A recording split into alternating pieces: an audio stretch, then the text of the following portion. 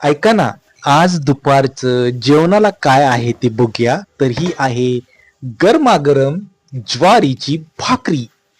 तर चला आज आपण ज्वारीची भाकरी खायची आहे. बाजरीची भाकरी खाऊन कंटाळा आला आणि ते बाजरीचं पीठ संपलं. तर ही गव्हाची चपाती आहे ती घरच्यांसाठी ठेवली. मला आता हा पांढरा भात आहे जो लुसलुशीत आणि गरम आहे. तर हा आहे रत्नागिरी भात जो ताटाला लावलेला आहे. आता तिसरा पदार्थ काय आहे बघूया. चला लवकर लवकर दाखवा. तर हे आहे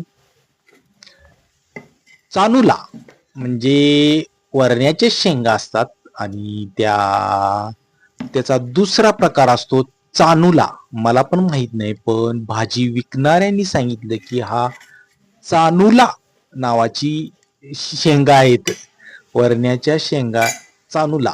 तर बघा हेला वांग घातलेलं आहे आणि मस्तपैकी याची भाजी केलेली आहे. तर तुम्हाला म्हणजे हा खरंच ही भाजी चानुला नावाची असते का, मला कमेंट मध्ये सांगा. मी पहिल्यांदाच नाव ऐकलं. आणि ही आहे शेवयाची खीर, माझ्या मेहुण्याने दिलेली आहे. तर चला आता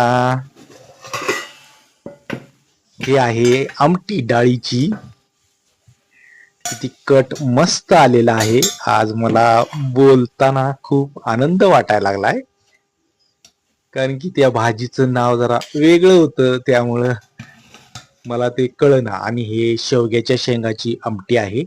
ही खूप पौष्टिक असते. शेवग्याच्या शेंगामध्ये कॅल्शियम असतं, प्रोटीन असतं, बरेचसे मिनरल असतात. त्यामुळं शेवग्याच्या शेंगा ह्या खाल्ल्या तर खूप छान असतं.